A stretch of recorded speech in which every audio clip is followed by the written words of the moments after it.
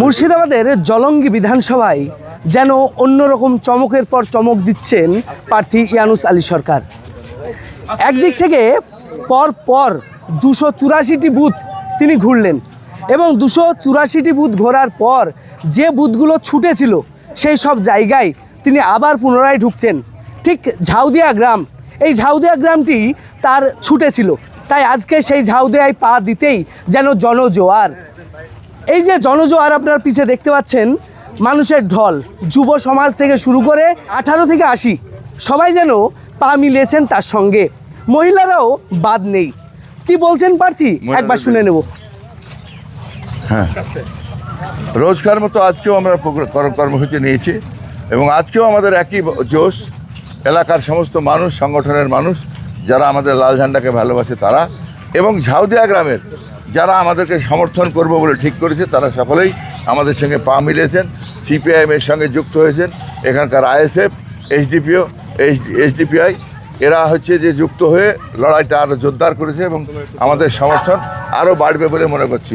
SDPI এখানে ভালো শক্তি আছে, তারা মোটামুটি এই নির্বাচনে তার প্রতিফলন ঘটাবে, এই বিশ্বাস আমার আছে।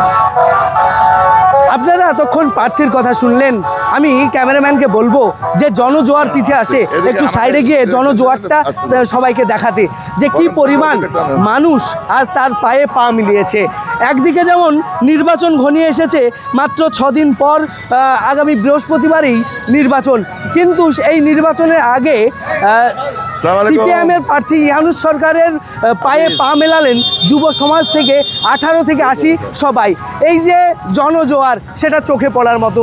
প্রার্থীর জনজোয়ার নেমেছে, দেখতে পাচ্ছেন প্রার্থী শুধু রাস্তায় হাঁটছেন না, প্রত্যেকটা মানুষের সঙ্গে হাত মেলাচ্ছেন, যুব সমাজের সঙ্গে হাত মেলাচ্ছেন এবং প্রত্যেকটা মানুষের সুখ দুঃখ বেটে নিচ্ছেন।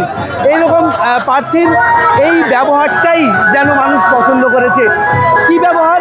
কৃষক এবং সাধারণ মানুষের পাশে থাকার ইঙ্গিত, পাশে থাকার গল্প, পাশে থাকার স্বপ্ন।